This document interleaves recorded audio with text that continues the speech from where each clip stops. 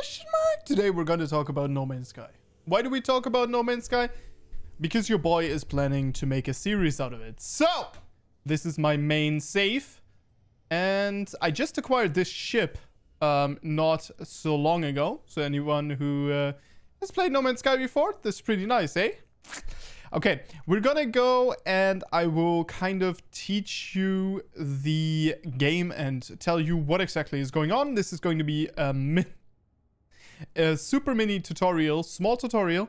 But if you want to have the full tutorial, you're gonna have to head on over to my next video on No Man's Sky. So hit the subscribe button if you want that.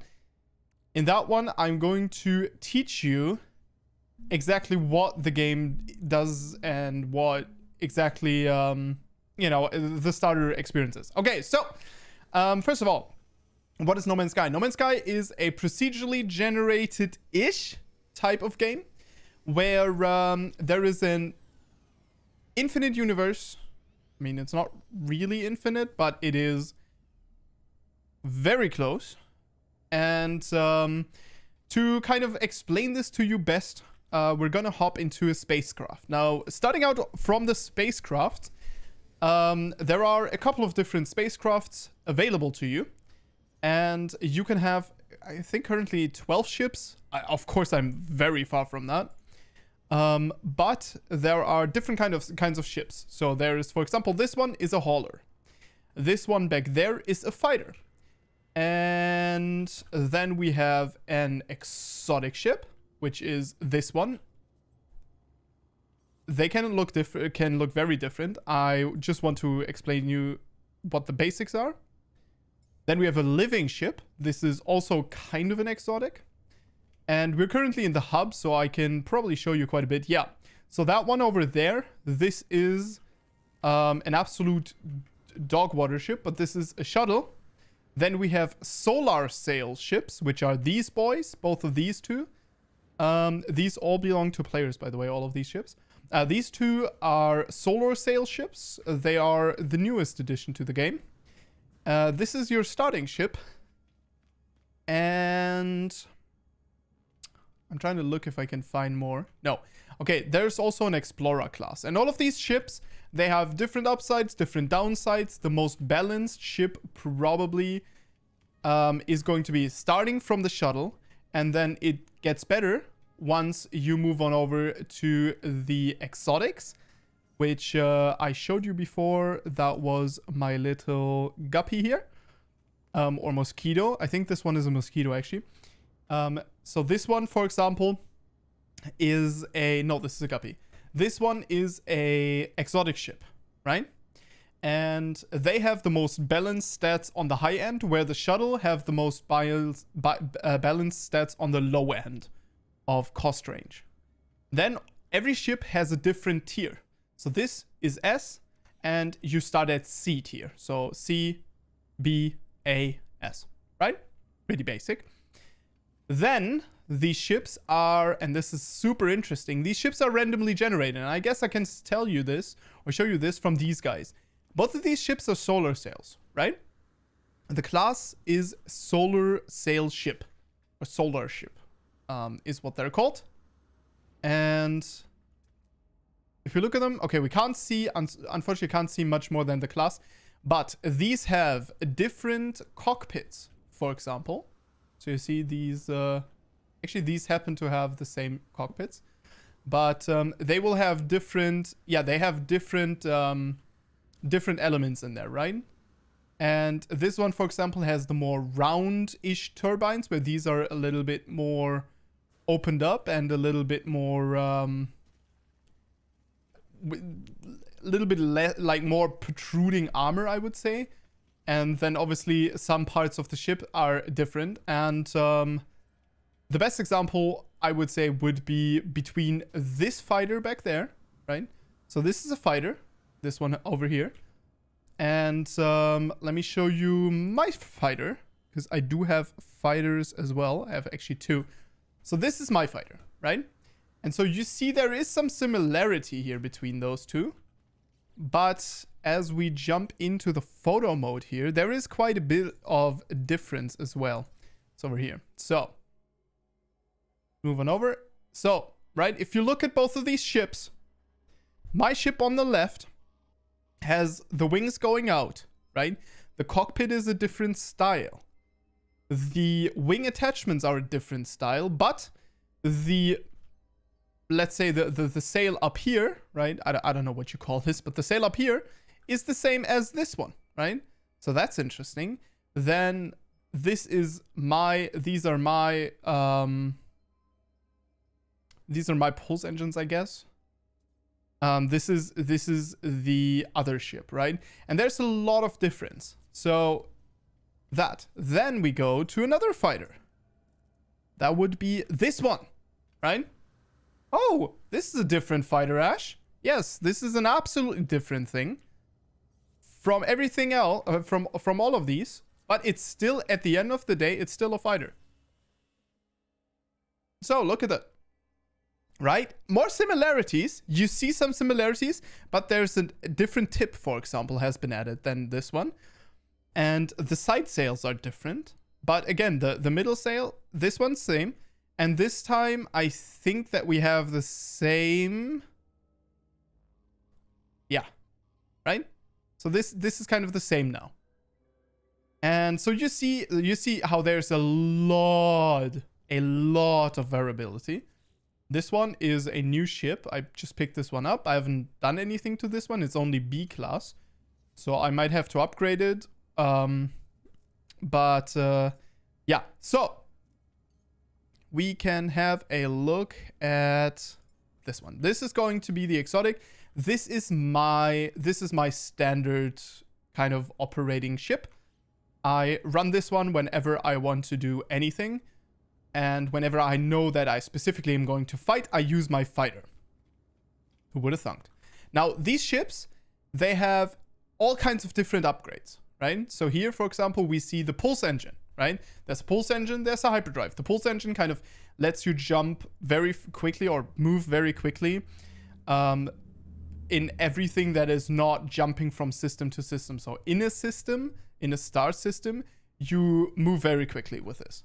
This one, the hyperdrive, is for jumping between different systems. Then we have the shields, and then we have a weapon here. This is the cyclotron ballista, this weapon. And I don't know why I uninstalled my rockets, but I also am supposed to have these rockets over here. Yeah, so rockets and the cyclotron ballista. This one is a specific weapon that has certain kinds of... that has higher damage against shields. And, very interesting, the glowing spots here, these are overcharged. And all of these little colored frames here, they show that the adjacency bonus is activated, which gets activated whenever technology of the same sort is close to each other. Right? So that's kind of the idea. The ship is by no means perfect. It is fully upgraded, however, because I've been spamming modules. I already, from selling ships, I already should have... Yeah, I already have maximum amount of storage augmentation again.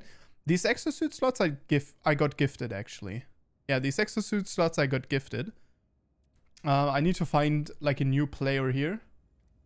And give them those. It's usually a good idea to kind of get started with these beginner players and kind of just give them, you know, some resource if you don't need them. Don't scrap them, give them to the newer players. That's kind of the idea. Right. So now that we've kind of covered the ships, right? Like my ship, this exotic, this only comes in S tier, by the way. My exotic is basically is a very, very small version of this ship. The ship can have huge sails, can have a lot of them, and it generally has a lot of different modifications and can look very different. And I personally landed on this one. I found it in a system, and I think this is the best one I've seen ever. Like, I don't know. I like this one the best. Of course, there's a lot of cool ships of that sort, and they can look very different. And to find that out, you would have to... Yeah, you would have to just play the game yourself, let's be honest. Now, then we are about to jump out. I just want to show you, this is the kind of multiplayer area that got added first. And there's a lot of multiplayer area. Oh, wait, wait, wait. Oh, he's the new player. No, no, no, no, no. Hold on, hold on, hold on. Wayfarer XMOXI.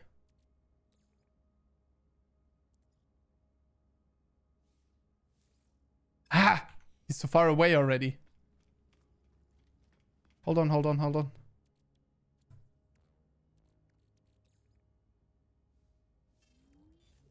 Boom. Alright. That is going to come in very handy for him. He's going to love that. My exosuit is already upgraded anyway. Okay, so we're going to go ahead and head out.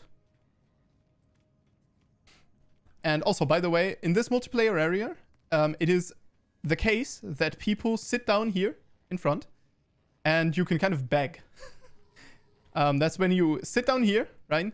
And you just kind of go AFK, and people that are higher level will come along and disperse some goods that they have that they don't need. So loads of good stuff. And I believe this, for example, the caramelized nightmare. This one I got from a high level player. I was just kind of sitting here and they just gave that to me, right? So you can also have people that spam your inventory with like super low value items. There's of course trolls, but anyhow, there's a lot of good people here in this game. All right, let's head on out into space, right? And let's have a look what I can show you there. So it's been a little bit rambling, but here is now the baseline, right? So you start on a planet, and you start on a planet as just yourself with your exosuit, with obviously much less tech slots, which are up here, and much less cargo slots than I have right now. You start with a couple of slots and your multi-tool. Now, your multi-tool, of course, isn't this kind of multi-tool either. Your multi-tool usually is a kind of... How do I put this? Your multi-tool is a kind of pistol that is very weak early on. And this, interestingly enough, is the upgraded version of that. As you can see, we do have quite a bit of damage in the house. There's more damage available. But the multi-tool, then you can install technology in. So you have your mining beam, then you have different kind of weapons. Here I have the... For example, this is my just scanning and exploration multi-tool. So on this one, I only have the shotgun, as I don't want to have to swap through like a million technology slots. I'm going to install probably a javelin or something here as well. And all of these things that you see here, these are weapons, right? And you can install them and they do a great job. There's an SMG type weapon. There's a sniper type weapon. There's all kinds of different types of weapons. And you will get them from this one. This is the anomaly. The anomaly can be summoned after a certain part in the story. You can summon the anomaly whenever you want to get into the multiplayer area, basically. And this anomaly has some merchants that will allow you to buy tech upgrades by getting some resources from the planet. And then you need some other resources to build these, right? And this is kind of the thing of this game, is usually everything is kind of connected to you building stuff with your resources and trying to figure some stuff out. There are all kinds of different things that you can craft, things that you can sell, and you can make money in a million different ways, right? You can make money by scrapping ships, which is something that I've done a lot, right? You can make money by digging up ancient bones, by collecting valuable resources, by killing certain people, by taking down big freighters, by you name it. There's a million ways to make money. in this game, which is absolutely great, right? And the baseline for everything is at a certain point, you will acquire enough money that you start hopping between systems. And in these systems, you will pretty much follow into a certain loop. And I'm going to show you that loop. So, you jump into the space station here eventually. And most systems have a space station like this. Some systems have no space station, and some systems have rogue space stations with some scarier people. Let's put it that way, right? And these are absolutely fun. Because in these space stations, there are people that you can talk to, and when talking to those, they are, by the way, generally randomly generated, but consistent per planet. So all of these guys are obviously NPCs. And you can talk to these, and every single one will allow you some things. So here, in the first screen, you can already see a couple of things. And the red words are English, but they're red. That is because these words got translated from my knowledge of the language and my translator modules that I have in my exosuit. I still can't understand everything, and then there comes this, like, there's this gray kind of subcontext where it kind of tells you something, but you have to read into it a little bit more. So here you can then click request dialectic help or practice language skills. And you can offer them gifts. These will kind of increase your standing with the faction. So this one is a Viking. Viking can dominate systems just like all of the other ones. And the Viking dominated systems have more fighters because Viking are that. Better weapon upgrades, better ship upgrades, and they are generally aggressive. And if you're looking for someone who can craft for you or something, usually the Viking are the ones when it comes to weapon technology and stuff like that. Here we can click, for example, request dialectic help. And here, now he will consider me. He will teach me a different word. We can click mystery, technology, travel, friendship symbol. I'm going to go for mystery. You have learned the Viking word for with. There you go, right? And so you will learn all kinds of different words. And just because I'm a Gek, I look like a Gek, doesn't mean that I know the Gek language perfectly. That is absolutely not the case. And you will have to learn all of these different languages. So there are Gek, which... that's me, right? They look like this. They're kind of small little reptilians. And then there are these guys, which... what are they called again? Korvax. These guys are Korvax. Their kind of thing is that they're a swarm or a hive mind. They are electronic, I guess. And they're science and stuff like that related, where Geks are usually trade related, right? And you can see here, you can see some ships come in, right? These ships are also NPC ships. The pilots will jump out and stand in front of the ship for a while, and you can talk to them and buy their ship and buy some things from them.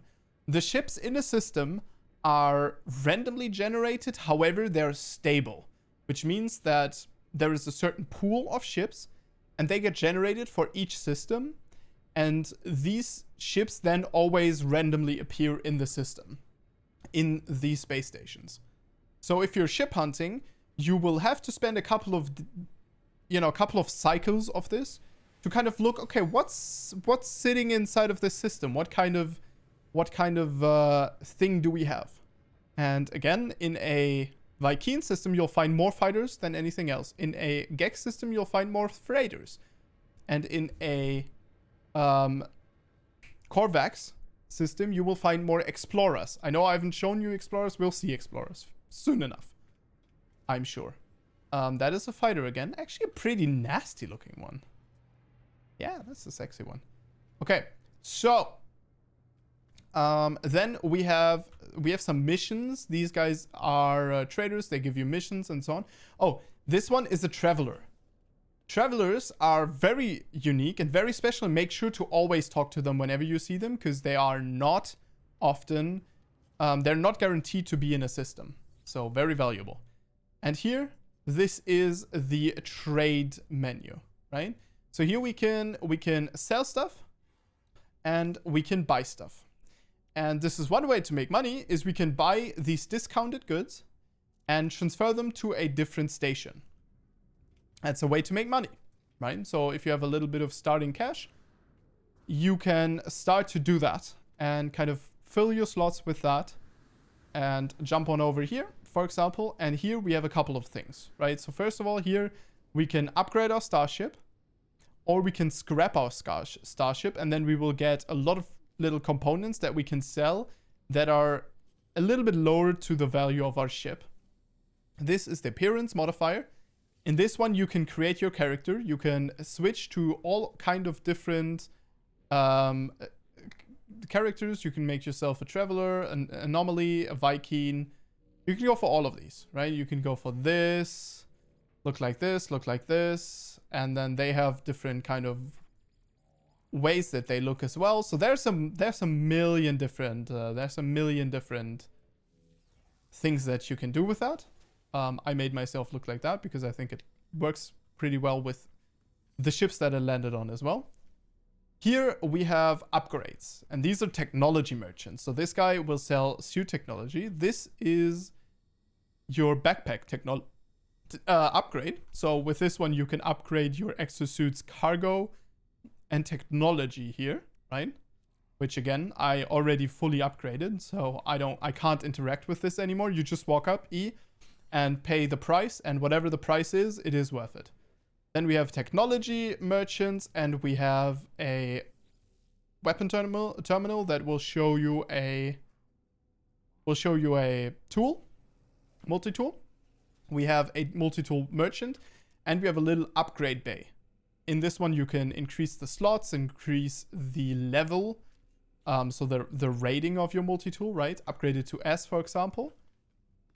Then we have a back room. In this back room, there's always some shady stuff going on. There are different kind of encounters that you can have, and different kind of things. But you want to always walk in here. First of all, there's a terminal which has different trade to the other one, most of the time, I think. And then here there are different guys that you can often recruit, or they will give you a weapon. They will upgrade your weapon. All kinds of different random encounters. Never miss out on this room per space station. So now we go into the space station, right? And we look for sellable goods. We look for stuff. And whenever you hover over a sellable good, for example, it will also show you that manufacturing systems in this one, for example, right? Bromide salt, a crate of bromide salt. It is minerals. The result of an extensive distillation and evaporation process. The bromide salt vats feed hungry factories in manufacturing systems, which means that systems that have the manufacturing focus of their economy, and we will see that later, they will generally pay a higher price for this stuff. And you saw when we looked at the Galactic Trade Terminal there, right? You saw that there were different plus and minus prices to the things. And that is everything that is locally produced, the price is minus 28%, right? But some things, like cobalt, what is positive? What is something that has a positive tag? Pugnium. Pugnium has a plus 1.7, which means buying pugnium here is more expensive, selling it is also more expensive. Now, one interesting thing that you can do, and that I've made a lot of money on, is you can take something like chlorine, and as long as it is produced in the system, you farm up a lot of chlorine on a planet, and as long as the system produces a little bit of chlorine, you can sell a lot of chlorine, which will plummet the price. So for this one, for example, I sell it for about 20, 21 at high, 18 at low courses in a system. I can sell it, and then I can buy back the same amount plus what they had prepared for a fraction about like 5 million. So I effectively make 13 million just on basically selling the thing, crashing the economy, and selling it all back. I know it's super stock exchange, but it sounds evil, but trust me, this is what banks do. Okay? So it's fine. Don't worry about it. No, actually do worry about it. Then there is a black market merchant here. This guy is, well, this guy is very interesting. So he will sell certain coordinates for freighters that you can explore that have special resources and stuff. He also sells you some other stuff, right? So for that, we would need tainted metal, but he sells you, sells you all kinds of different things. He sells you very high value contraband here and so on and so forth. And you can also sell your stuff here. And he obviously takes your contraband items. Then there is then there is the standard trade network. Okay, so the next thing. Okay, nice. We found an explorer. So this is an explorer, and explorers are kind of made for exploration. So they have really good hyperdrive range, right? So as we can kind of walk over what the focus is as you jump from system to system. So first of all, you always want to look out for travelers. And always want to talk to them, and especially want to let them give you their coordinates of their graves. Of certain, this is a certain thing. And the way you do that is you talk to them, you choose the first option, then you talk to them, then you cancel. They give you some nanites. And then you talk to them again, and then you choose the second option. And you will pay 100 nanites. Yeah, you pay 100 nanites, and they will show you a place of interest. And then you go there, and you get that. It's on some random planet in the system. And you will get that item, and that has super valuable stuff for you. Then you want to upgrade your things. You can upgrade 2 times per system once you unlock the anomaly, as the anomaly, that the multiplayer area that we've previously been in, that one is able to kind of be summoned in every system. And then they have, per different system, they have a backpack slot available, so you can get 2 upgrades per system. So then you get that. Then you sell and buy whatever you want to do. And then eventually you also want to check out the ships. And let's say you happen over a A-tier ship like this one, right? This one is an A-tier ship, 9 million. You can buy this one, and you can reclaim the scrap for about 7 million it would be, I would say. About 7 million.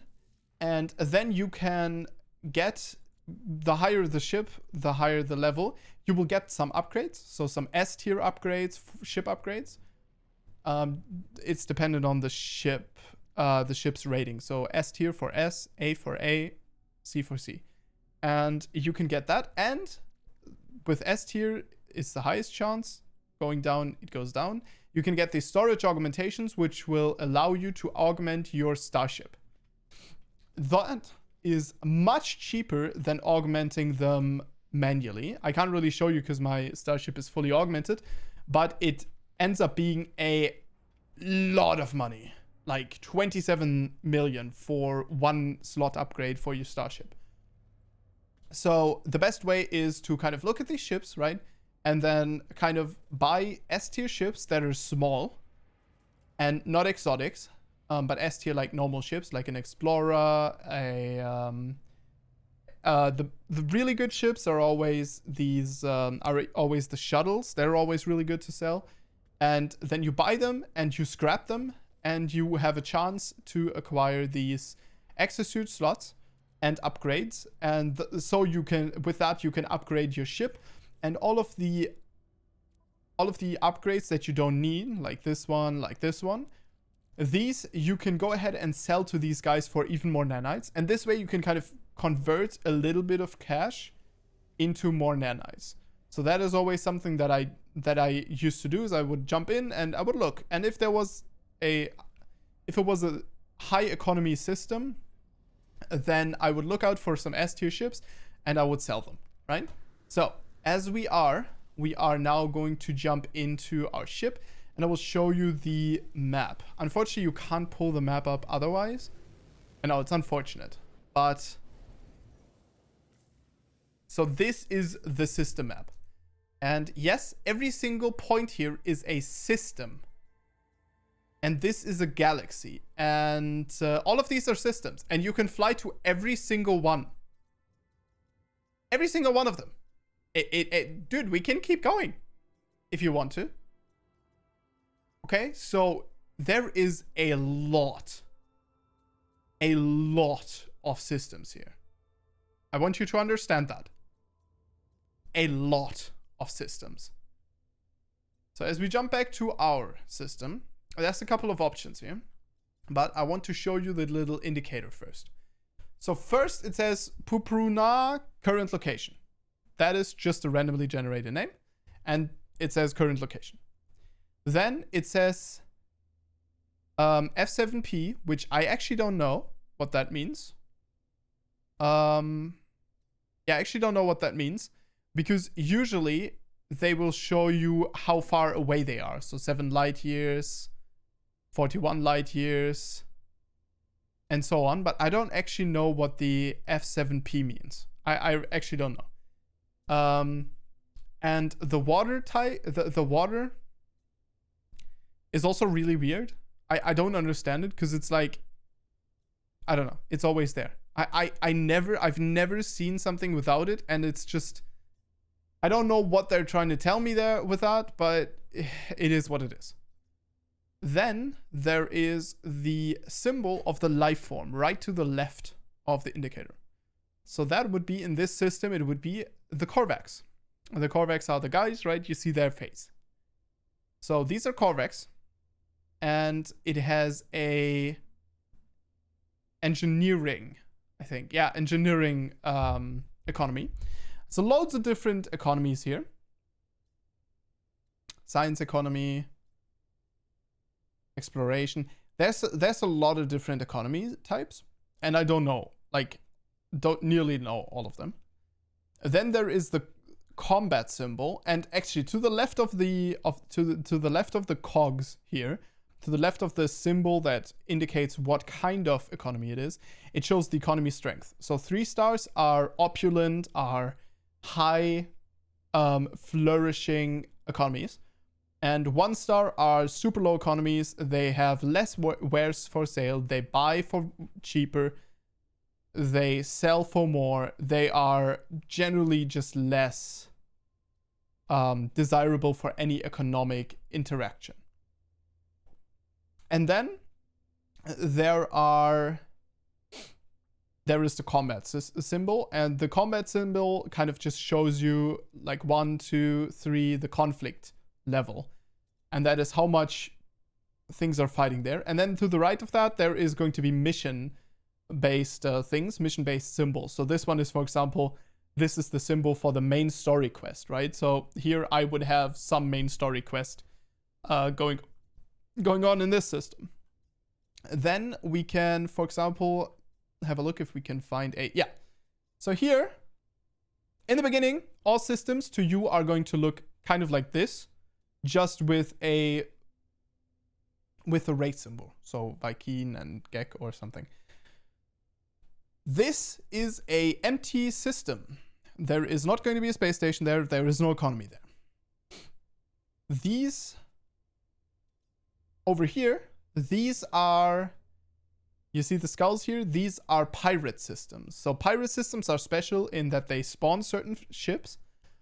They have a pirate station, which is special. And you cannot use their terminal to jump to normal systems. So the base terminal, every base has a portal that you can use to jump to other systems that you've been to already, or your bases. And this one can only connect to other pirates. It's probably important to tell you. And there are some other modifiers to the system. And you still have a dominant life form there. But these are pirate systems, and they all have 1 pirate star. They never have like 3 pirate stars. They always have 1. And the conflict level again is like pirate, right? So they also don't really have like a 2, 1, 3 conflict level. So that would be kind of the overview of that. Then you have different kind of systems, different colors, right? So let's have a look at the... Yeah, let's have a look at no filter here. So we're starting out with, and this is really difficult to see, depending on where you are, which is a little bit of a bummer. In the red zone, it's the worst. Let's try to find... Yeah, let's find the purple zone. So this is going to be a little bit better. So if I go really close to this system, you will see it is red. There are green. Let's start at the bottom. There are yellow, which is the baseline level. Yellow, then red, then green, and then blue systems. And for example, a yellow system is a baseline system. Nothing too crazy going on there. They can have good economies, but nothing too crazy going on there. Then you have the red systems. The red systems have a really high chance of being chaotic systems and having no kind of ruling, just having no life in them pretty much, except like biological life, right? And you can find glitched planets there, which are crazy. There's like bubbles, there's no fauna, there's no flora, there's just a lot of craziness going on, or they're empty. Load of different planets. If you're a planet hunting, these are kind of your systems you're looking for if you want crazy stuff, right? Otherwise, these systems aren't really too crazy. Unless that you need them in the beginning, you need to visit them for cadmium, which is one of the resources. It's a red metal. They are red metal. Okay, got it? Perfect. Then there are emerald systems. Emerald systems are kind of in between. They have some variety. They are generally kind of random. And they have emerald. Emerald is a green metal. Then we have blue systems. Blue systems are kind of the S-tier systems. They are the most difficult to get to. They have the highest chance at rare planets that are not super chaotic. So they have a really high chance at, for example, lush planets or Earth-like planets in general, right? They also have a higher chance of you finding, for example, travelers over there, or generally finding specialty stuff over there. So blue systems, later on, blue system tier 3 economy is kind of what you're looking for. You have, I think, a higher chance at getting exotics in the blue systems as well. So blue systems are very, very interesting in that. Then you have all of these kind of different types of system here. And then there is obviously the planets themselves that you will find inside of systems. So if you look at any system close, you will see how many planets are inside of the system. So this one seems to have 1, 2, 3, 4, 5. If I can see it correctly through the little indicator. Seems to have 5, right? And all kinds of different systems have different amounts of planets. And our system, for example, we're going to jump back. Our system here has a frozen planet. This one has frost crystal. It has copper because it's a yellow system. It has dioxide, silver, and high sentinel activity. High sentinel activity generally means the planet has valuable resources on it, because the more valuable the resource, the more sentinel activity you have. Here, this one has selenium, copper, phosphorus, magnetized ferrite. And this one seems to be a scalding planet, maybe? Oh, it's a hazy planet. This one has copper, mortite, and cobalt, which means there is not a lot going on here. And this one's the frozen one. Yeah, so there are all kinds of different planets. This is the anomaly. This is not a planet. There are all kinds of different planets with all kinds of different things going on. There are hazardous planets. Oh, this one. Perfect. Life incompatible planet with aggressive sentinels, which means yeah, it is going to have a valuable resource like Gravitino balls or some protected resource. You can tell that because of the aggressive sentinels, right? So that one is interesting. And then we have the selenium, the copper, phosphorus, magnetized ferrite, and so on. The hot planet. And different planets have different weather. And for that, you have a module that can protect you from hazards, hazard protection. And this one shows you already, there is radiation, there is heat, there is cold, there is toxicity. And these are kind of the hazards that you have to protect yourself from. Then, obviously, there is a shield, there's your core health and your life support, which is also a resource, kind of your oxygen, that also gets used up by your jetpack. And on the planets, you can have sentinels, which are drones that are aggressive, very scary. And then there is also, but you can always run away from them, so they're not like, yeah. And then there's aggressive flora and fauna, which you can eventually encounter and potentially encounter, not always. The flora, almost always, flowers, or the fauna is much less reliable. So very, like, every now and then you'll find aggressive animals, but not all the time. You can also build these creature pellets here, and with these you can feed them, and you can give them to animals to kind of convert them to pets.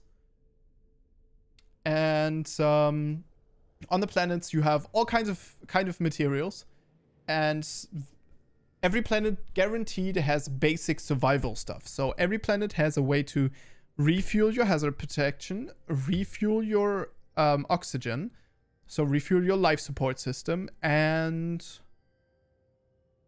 take off, right? Because you need to fuel your ship. So that's something that they've put on every planet. And you can press C to activate your scanner. That will allow you to kind of pick up all of those resources. And it will show you the resource around you and kind of lead you to them, I guess. So that's pretty cool. It shows them as little symbols, and you can just walk there and pick them up. Right. So now another space thing. There are freighters. This freighter is called a Venator. And this one specifically, I hunted down through a website called No Man's Sky Coordinate Exchange.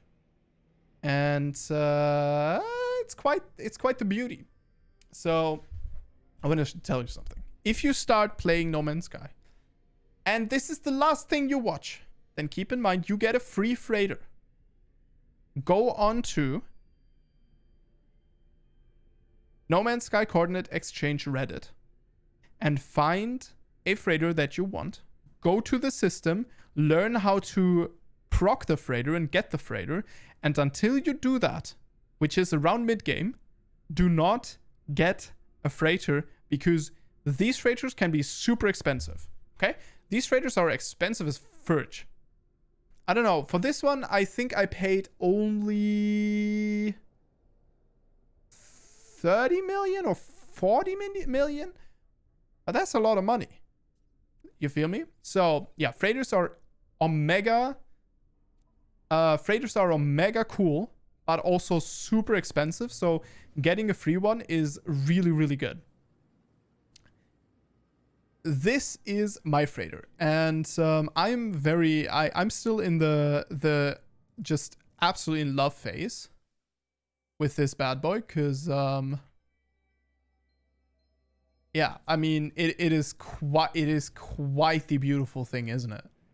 And this one's kind of like a star destroyer, very flat. There are all kinds of different freighters, and the Venator is one of the two special freighters. So there is the Venator, this one, Venator, that's how you would pronounce it actually. Or there is a Sentinel ship, and these ships are kind of special in that you will never see them in a system randomly. You will only find them during freighter combat. Where other freighters, you can't hire them unless you have freighter combat. But other freighters are available much, much more. You will find them in every system. And you can kind of hire these different frigates here. And let's have a look. So this one is a... Is this actually a freighter? I think so. No. This is not a freighter. You're not a freighter either. So usually the freighters are in the front of the whole thing. Oh, this has got to be the freighter, right? Yeah, I'm pretty sure this is the freighter. So, yeah. Yeah, this is the freighter. So, or is this the freighter? Oh, this is the freighter. Okay, so this bad boy is actually the freighter. So this guy is a system freighter. Looks very cool as well. These are the freighters that you will get for your first freighter. Not the first freighter you can get, but the first freighter combat you engage in, always. The first freighter combat will always be some freighter like this. Will always be a system freighter. They come in different length, and models, also randomly generated, but again, consistent throughout each system. And you can fly into them, and you can talk to the NPCs there, and you can buy their ship if you want to. Which, obviously, we do not want to. That frigate looks amazing. You look beautiful. What is this? Merchant vessel. This one looks amazing. Crew mood playful. Notes leaky. Captain is this one. Expeditions 2. Good trade. Absolutely no industrial. And combat is very low as well. Again, you can buy these here. And you can add them to your fleet. And there's a lot you can do with that. I personally have not toyed around with that. That would be the next thing that I want to do. But as we're going to move back onto my freighter now, because I'm going to kind of show you the freighter. So this is the freighter, and all of these little things, these are cargo pods. And inside of these cargo pods, you will have different resources, right? Fueled. And these you can shoot off, especially if they're enemy freighters. You can shoot them off. You will be detected and hunted by sentinel ships. And the freighter will start firing, which in this case is bad for you. And, but you can do that. However, of course, we are not going to do that. We're going to slide right in here. And this is welcome to my hangar. This is my freighter. This is my hangar. My capital ship. Absolutely amazing. You can jump these through the systems, and the hyperdrive range is crazy. So a good example is here. My hyperdrive range here is 1300, right? 1400. This one is unupgraded. The other one, pretty much maximum upgrades. This one. Pretty much maximum. Okay? This one, 26,000. 2600. 2600. And there's still a million upgrades. Still upgrades here that I have to do. There is still this one, which would add like 300 light years. I got the big boy. This is the big freaking boy. And I got this one with... I think this one allows me to jump to blue stellar bodies. So these are the highest class of bodies. If I have this one, I don't need any of the other ones. So this one is just green and this one is red. I don't need these because I have the highest tier. Of them, I have the blue, right? Temporal warp computer. But these are absolutely amazing. They have cargo, which has higher slot limits, I believe, than normal cargo slots. No. They changed that. That's not the case anymore. But they have they have these cargo slots. And then you can also access, and this is absolutely ridiculous, every storage container that you build inside of them. So, with that said, let me jump on right over. Oh my god, now it's going to guide me towards it, dude. Now, let me jump on over to the bridge. So there's the teleporter here, and this is the bridge. In the bridge, there are freighter warp maps. You can warp your freighter there. There is a upgrade terminal in which you can get different upgrades here, different rooms, different colors, which is omega expensive, as you can see. Different... Yeah, that's that. And then you can also upgrade the storage slots. You can customize the appearance of the freighter, as you can see here, right? You can even change the engine's color. All of these colors you could get, right? We could also reset it to its starting kind of look. This is how it looked before I customized it. Then here, this is how it looks now. Yeah, like this. This is how I had it. And here, add additional storage. This is where you can use these cargo bulkheads to kind of upgrade the storage of your freighter. Still a lot of upgrading to be done here for me that I haven't. This is the commander to the... You can come to these and talk to these in every other freighter that you don't own to buy the freighter. And then there is a free buildable area in which I ended up building this kind of thing. I followed a tutorial there. It's not perfect. I need to change it. But the idea here is that this is my technology room. So this room has a galactic trade terminal. This one has the fleet commands. This one has a researcher and a construction officer and a appearance changer. And there is this beauty. This beauty is a planetary probe. If you jump into a system, you hit this and everything gets scanned in the system, which is stupid good. Like, you just jump into a system, hit scan all of the planets, you know them, you have scanned them, and you can go on with your exploration. Then there is going to be the highest level in this freighter. Oh my god, I hate that so much. I need to orient them correctly. Then there's the highest level, which is on my freighter is this one here. This is the planting chamber. This is the biorooms, right? The biorooms have all kinds of different plants in here. Solar vines, echinocactus, blah, star bramble, gamma weeds. So pretty much all like the basics you need. And I still need to expand this. I'm still working on this. I'm pretty sure I'm going to scrap base pretty soon again and try to like rebuild it in a different way. Then there is a cook station. There's going to be a bio station later on, which I haven't unlocked the upgrades for, unfortunately, yet. And you can just build here.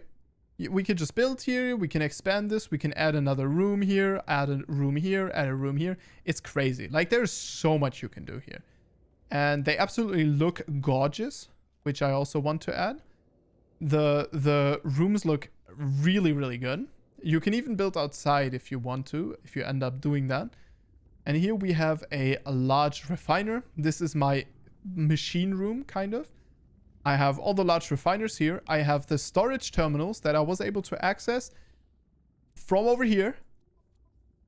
These storage terminals I have here. And I can expand them. Like, I can build 8 more. Look at that. Isn't that beautiful? I find it absolutely gorgeous. Then over here, there is my... Yeah, over here, here there are my stellar extractors. They extract metals, and dependent on the place that we're in, the level of the system that we're in, they will extract different things. So this one has extracted sulfurine and chromatic metal. If we jump into a different system, it can extract indium and all kinds of different resources. So they are great. Ew, I placed that one poorly. Let me edit that one real quick. Oh, there we go. So, this is...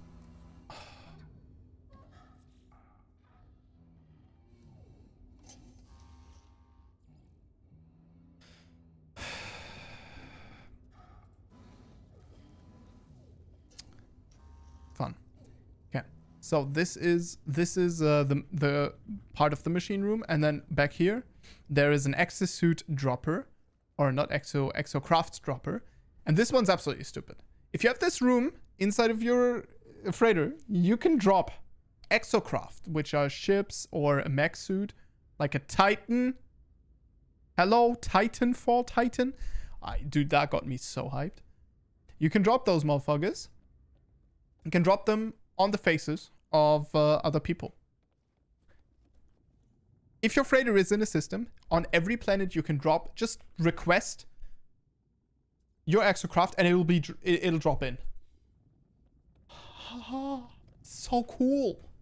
This game is the freaking best, dude.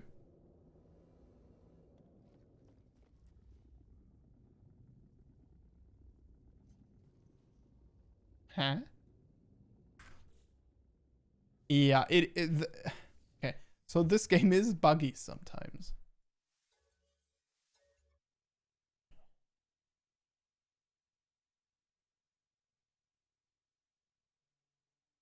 What happened?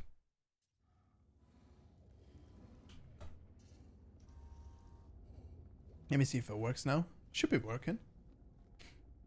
I didn't change anything. Why are you not working?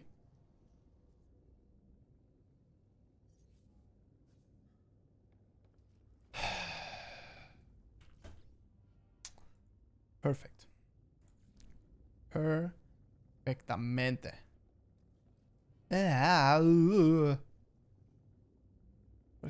What is this bugginess? Okay, let me build the ladder. Let me just build a ladder here. So you're fine.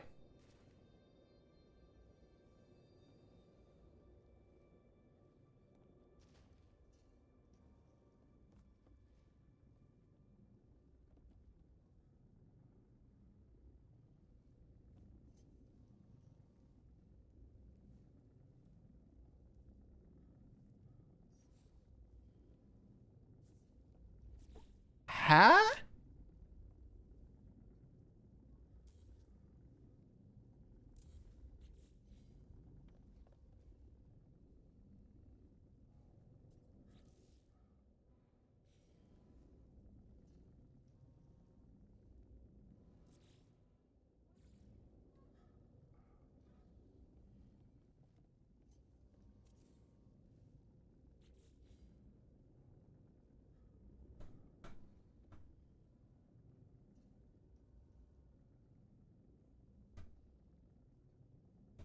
Okay, fair. Yeah,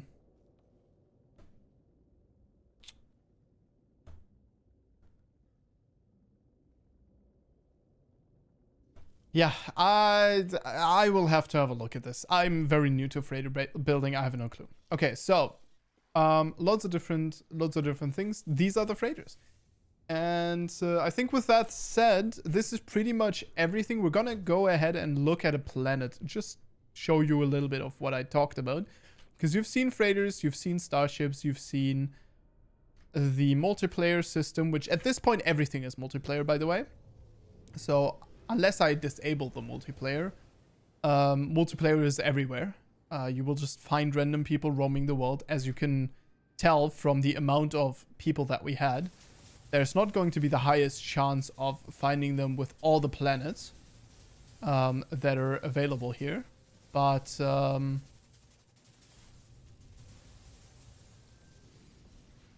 thank you for destroying. Thank you, freighters. Thank you, freighters, for warping in here and destroying the asteroid field. I wanted the asteroid, but it's fine.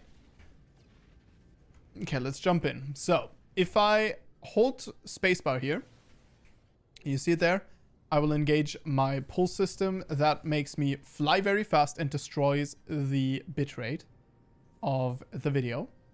And the planet obviously has a day-night cycle. It is randomly generated, and it has randomly generated flora and fauna, which again are consistent between each player. So as we fly over this, I can scan, and it'll show me like some buildings and some basic stuff if they're around. Then I have this scan for trade outpost. And with the scan for trade outpost, I can look for the next outpost that is close. So here we find a building. This is just a random unknown building. And we will find out what kind of building it is. It seems to be a little outpost, but not a trade outpost. Yeah, we're gonna land here.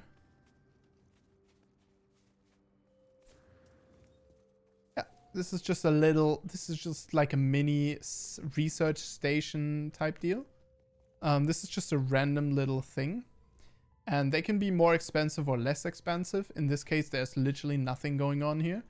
And they have these little buildings in which you can find like a little bit of nanites and stuff. But nothing too crazy. This planet also has a weird color palette, which you can see from my ship, right? My ship is white and silver. So yeah, here there is the trading outpost, and we have all of this flora and fauna. And I could show you the trading outpost, but that's rather boring because it's a trade outpost, right? It's like a platform. There's a lot of ships. If you're ship hunting, that's where you want to go because you get the most travel, the most different ships. You can buy goods there, and they're cheapest on the planet's surface. Okay, so here I just wanted to show you a couple of things because when pressing F, we have a scanner.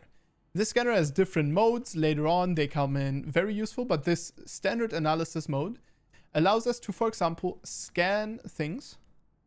And these scan things right here, once we've completed them, we will get a little reward. The reward goes up with the scanner upgrades that you have. So as I did upgrade this one quite a bit, I get a lot of money here. And we can scan all kinds of different things right here. Unidentified plant. Now we have identified it, right? All of these kind of things. And these discoveries we can take, and we can... isn't it discoveries?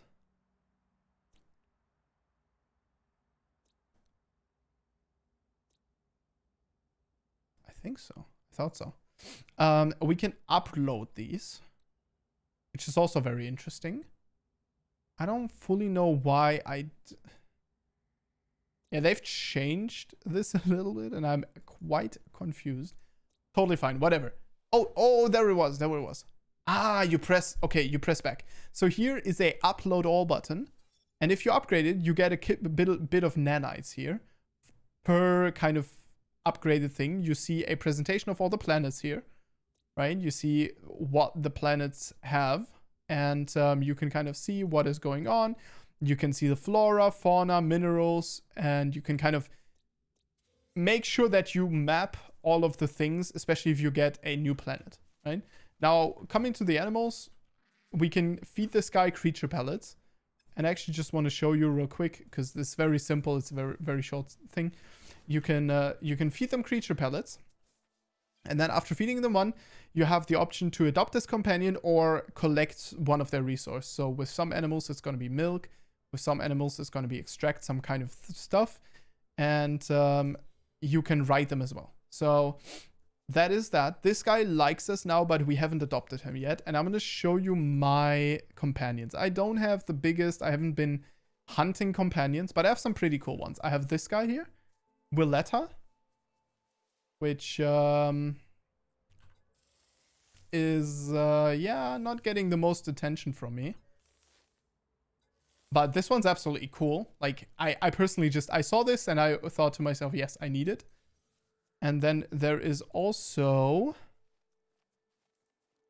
this one here, which I absolutely love.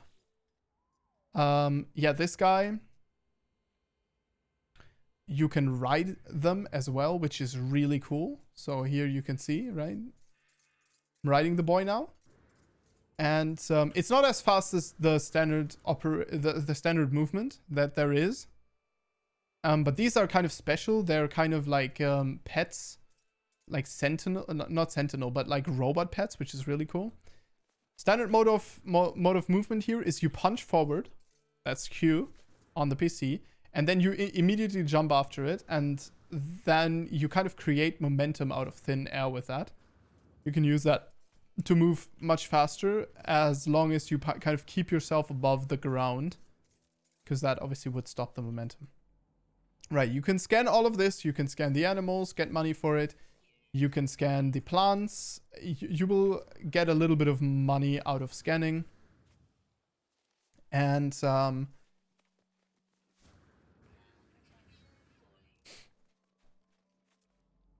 these systems, these kind of discoveries, they have all kinds of different bonuses. So for example, if I scan this mineral, before, when I destroy it, it would have only given me ferrite dust. But after scanning, it now gives me a secondary element, which is in this case sodium. So that's kind of the thing. Then the planet is riddled with like randomly generated stuff like damaged machinery, a cargo drop, deposits, caches, buried technology modules, which you need to get a lot if you start out, humming sacks, all kinds of different valuable stuff.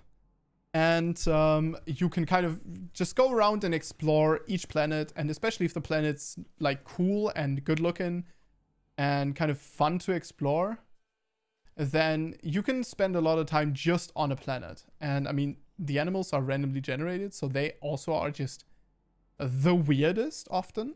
This one absolutely freaks me out. And yeah, there's a lot to explore in this game. You saw it. Like, this is an hour of me rambling about what the game has, like the mechanics that the game has, and what is going on, and so on and so forth. And I put out like an idea sheet, right? I wrote like 30 minutes of just hammer down some ideas what I want to talk about. And it's just like you jump from thing to thing to thing because there's just so much going on, and I always feel like I forget. And this is the first game that I have that with, which kind of shows you the scope of the game. Because we haven't even touched on the fact that there are different galaxies as well. Like this whole thing here, right? The star map I showed you, that whole thing, that is one galaxy out of thousands. No. Out of 250, I think. 200, yeah, 250 or 220? I'm not sure. But there's a lot, there's a lot of freaking stuff to explore here. And all of it is kind of different, right? A lot of things are going to be similar anyhow. But a lot of it is also different, right? So, and crazy stuff going on in this. And, yeah, this is Euclid. This is the starting galaxy. Most players play in Euclid. But obviously there's going to be some people that don't. And yeah, I mean, you can keep going this way for a long time until you've exhausted your resources, right? And you have portals that can take you through here. You find these portals, and then you can jump from place to place, meet up with your friends. You can play this together with your friends anyway. You can join your friends, which means you just teleport onto their planet and you just play with them. You can also just find them without playing with them in a lobby. You can still find them and play with them. So it's absolutely crazy. This game has improved so much ever since the launch. It still has some bug problems, which is my biggest gripe. But they're constantly working on the game, constantly refreshing it. And I really hope that they start adding some real world money that you can spend. I really hope that they start adding some skins and making this game like an ever expanding, constantly running thing. Because this is absolutely great. It's insane.